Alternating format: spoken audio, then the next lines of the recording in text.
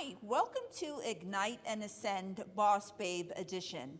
My name is Brenda and I'm your host, and I created this podcast so I can talk to women in business about the challenges they faced, the impact it's had on their life, the aha moment or the decision that got them through it, and what advice they can give to another woman that might be going through the same thing.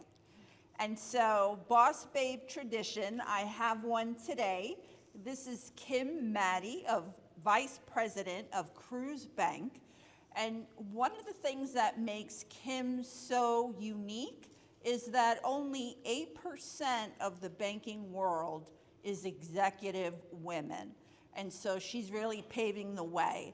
And I also wanted to have Kim on the show because of the impact she's making in the community and in the business world. So Kim, would you mind telling us? And I want to hear about your community involvement as well.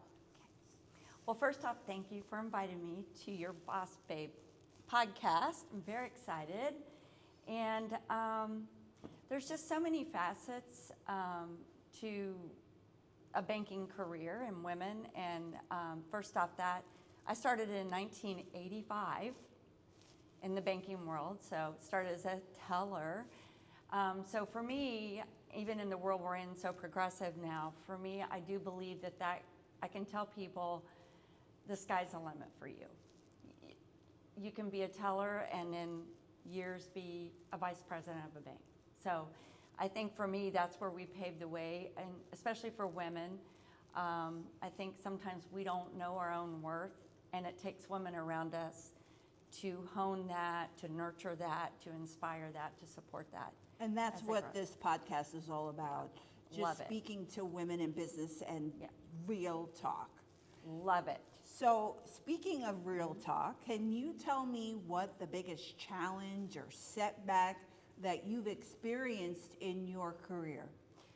Well, for me, and I'll just probably go a little bit personal than I would more business, because business, there's always challenges, no matter male, female. But for me, it'd probably be more personal because when, you have a death in your family, my spouse passed 6 years ago, and for me, just your life changed on a dime, and how do you go back into that office and just be the person you were? Back the way it right? was. You can take that time off to grieve. You can take that time off after they pass to stay home and be with your family. But at the end of the day, that career that you had is going to look different. Mm-hmm. It's going to look different. It's going to feel different. And I think for a widower, you have to learn to navigate that on your own first, and then invite people in to carry you and help you navigate it. And if it looks different, that's okay.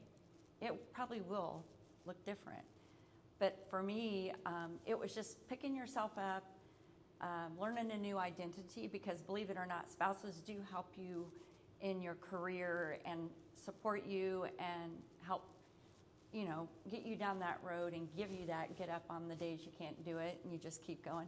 So I think it's very important that when that stops, you have to dig deep and figure out who you are and learn maybe something new about yourself, which for me was many, and figure out, okay, I'm okay with being this different Kim Maddy. Now, what does that look like in my career? Mm-hmm. And that's kind of what I did. And so tell me, what was the impact in your career and in your home life? How did that affect you? Okay, so, home life was a little challenging because it was me and my husband. We were empty nesters, so our two sons were on their own, in their own places, locally, but on their own.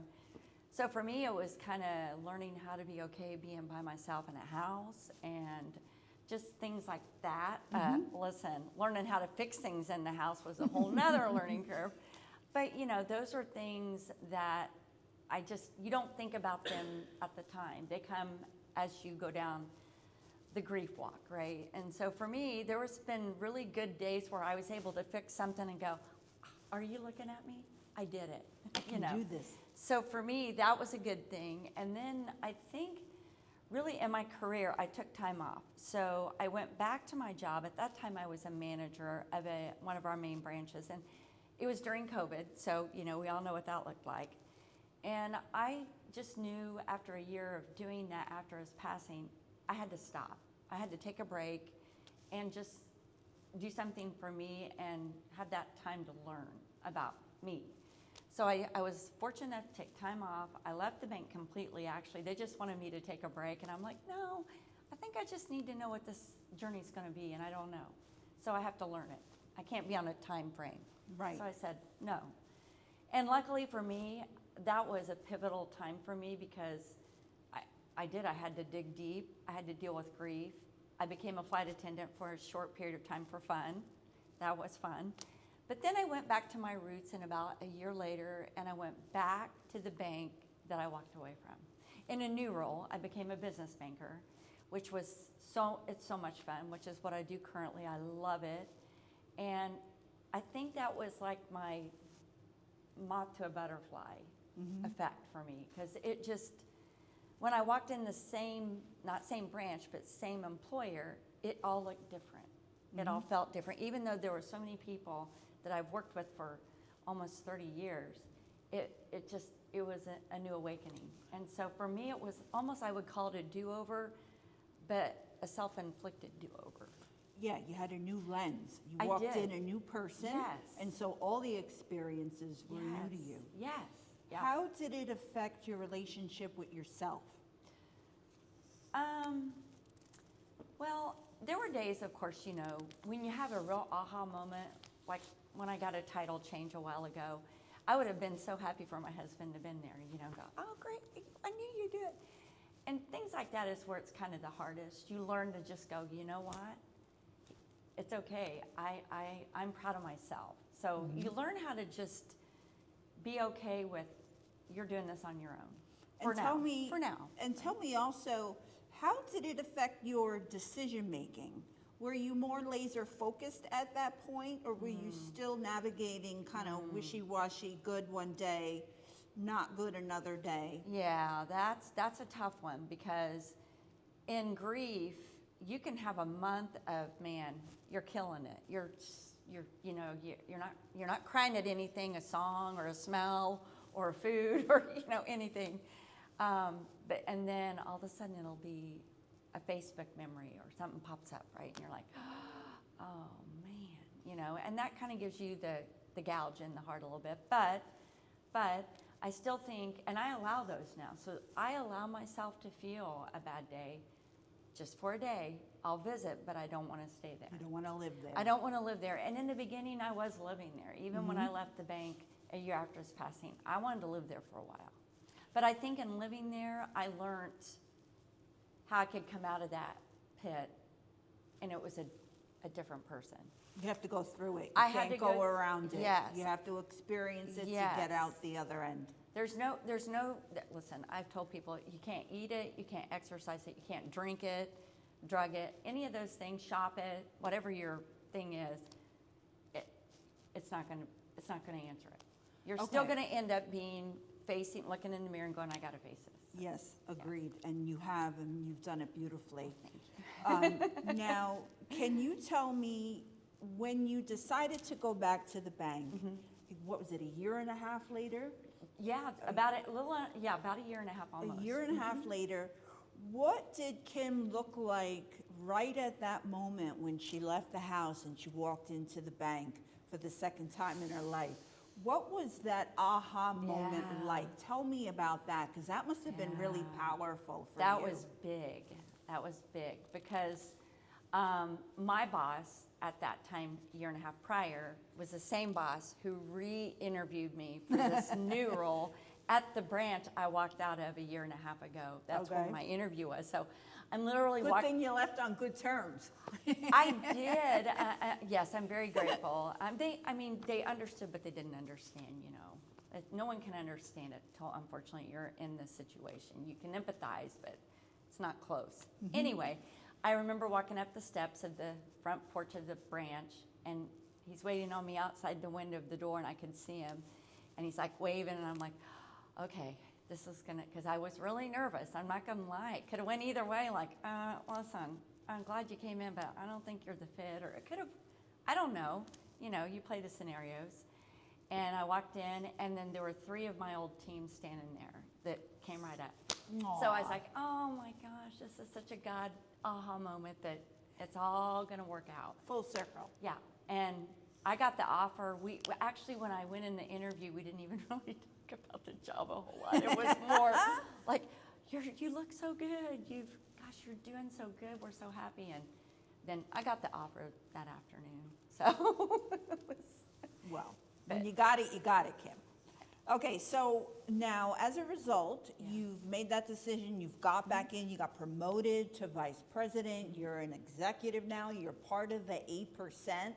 How has that affected you as far as your self-image and who you are as a person now from that journey that you went through, hell, back, and then rise above?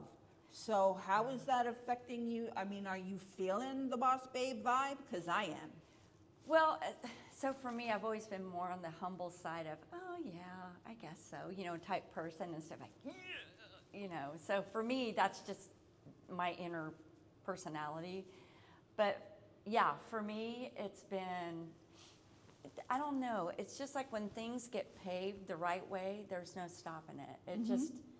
It just happens, and then you just walk through it. And each time you're walking through another door, you just got another badge to wear going, oh, wow, this is where I was supposed to be. The journey was crazy, but this is where I was supposed to be in the ending of my career. So for me, it's very, I don't know, almost full circle. I'm getting there. I'm close to the circle, I feel. And maybe had things not happened the way they did, I mean, I'm not saying I would take my husband back in a minute, but maybe that journey was meant to happen to get me to this journey, is what I'm learning. So it's learning to be okay with the journey you're handed at the moment that will take you to the next journey once you've mastered that one. The chapters. The chapters are changing. Yes. And you don't always have to embrace them, but I think you have to be okay in them. You have to learn to accept the experience and go, I've got a lesson to learn here. And I want to work. I mean, that's what we have to all do day. All day, every day. All day. It's all a lesson. All day. And I want my kids to be, I want my sons to be, I'm the matriarch now because, Dad's not here. So for me, I want them to be proud of me too. So Okay, well, I do it for them too. I can speak for them, and I know that they're proud of their mom, thank having you. done what you've done. Yeah. How did that affect your leadership? Can you tell us what you do in the community as far as your volunteer work? Sure. So for me, I'm very blessed that the financial institution I work for Cruise, we're very community driven. Always have been, always will be. And so that was always our segue into getting into the community and knowing about our nonprofits, knowing about the help that's out there, knowing how you can help your community. So if you live, work, play, donate, volunteer in your own area, you can tell a difference of areas that don't do that. And I'm very fortunate that I live right on the line of Northport and Port Charlotte, and I'm very fortunate that you can just see it. Northport especially to me is just, it's a community love place. It just is. It has a Even good at Meals vibe. on Wheels today, there was so much love in that place. It was just made your heart full. you And know? I was at the chamber lunch today, and it was nice to see all the businesses come together. And that's a thing, like it's businesses, it's schools, it's the police department, the fire department. There's so many aspects to our community that we all rally around, right? And for me, I'm the treasurer for the Northport Chamber of Commerce and the Chamber Foundation Board. So for me, I love giving back to that. And then I do get to meet a lot of people through that opportunity. I've got to meet you that way. So for me, it's, yes, I work for Cruise, but who I am is I just love to help people and love to be around people and love to I'll tell you what, support. yesterday, correct me if I'm wrong, but there was a memory on Facebook of when the Yes. city of Northport showed up at your house. Yeah. I mean, how many people were there? There was police. There was probably a total over probably 70. 70 total. people showed up at your house from the community Yeah. just to say, we love you Yep. and we're here for you. So that was 6 years ago. That was during COVID. So if you remember at that time, you guys, that's in April, we were in lockdown, you know. Yes. There was no churches. You could barely get in Walmart, if you remember. So it was a very isolating time. And for someone like my husband dealing with cancer, he worked for the city of Northport for utilities, and they just scooped him up because he had to go off due to COVID. They put him on FLMA because, you know, at that point we didn't know who was getting COVID, how you got it. In April it was crazy. So they wanted him to go home and be safe. And they did that parade, and it was the fire truck, it was the police, it was FHP, it was the bank, it was our church, it was utilities, it was just, they even drove my husband's utility truck through the parade decorated, so. Isn't that amazing? It was That powerful. just, it powerful. Powerful. That's a perfect word Yeah. for it. Powerful. Because that transforms your lens of this tragedy that you have. Yes. But you know you're not alone. And I think everyone that was in that parade, it was funny, like even that evening, people were texting me, thank you for letting us be in the parade. I didn't have anything to do with it, but it inspired them when they seen everybody on the streets lined up and all the banners on the cars, and just so much love to, you know, someone that was in the fight of his life. So it was, I love it, and I think that, again, that shows our community. Yes, that's kind of why I brought it up, because you were Yeah. talking about Yeah. how we just kind of have that vibe and we Yes. get together. Yes. And that's the perfect example. It's All right, beautiful, so beautiful. now we've got a woman who's in a similar situation. She's left being the one at home by herself. She doesn't know what to do with her career. She doesn't know how to navigate grief, and she doesn't know how to be the perfect mother to her children. What advice would you give her? Well, that's a lot of stuff going on at one time. That's so me. yeah, that's a lot of stuff. But for me, because I'm learning that, I see mirrors of me and people, because I have a few widows currently where I work, and you know, I do give them that special daily walk by, side hug, how are you? Still, you know, and I don't know, for me, I would just be very gentle with them and give them the grace to, you know, your space, you're allowed to feel what you feel, say what you want, do what you want within safety. But if you ever want someone to just sit with you, you don't have to say a word. You can, or throw rocks, I will sit with you. Yes, I believe that. I believe you will. Yeah. And so we were kind of talking a little bit before the episode. Can you tell us what the next chapter is for you? Well, Look at how she brightens up. She's like, Well, for me, probably 2 years from now, I'd like to be retired. Yes, I'm old enough for that. Just look it. Spoiler alert.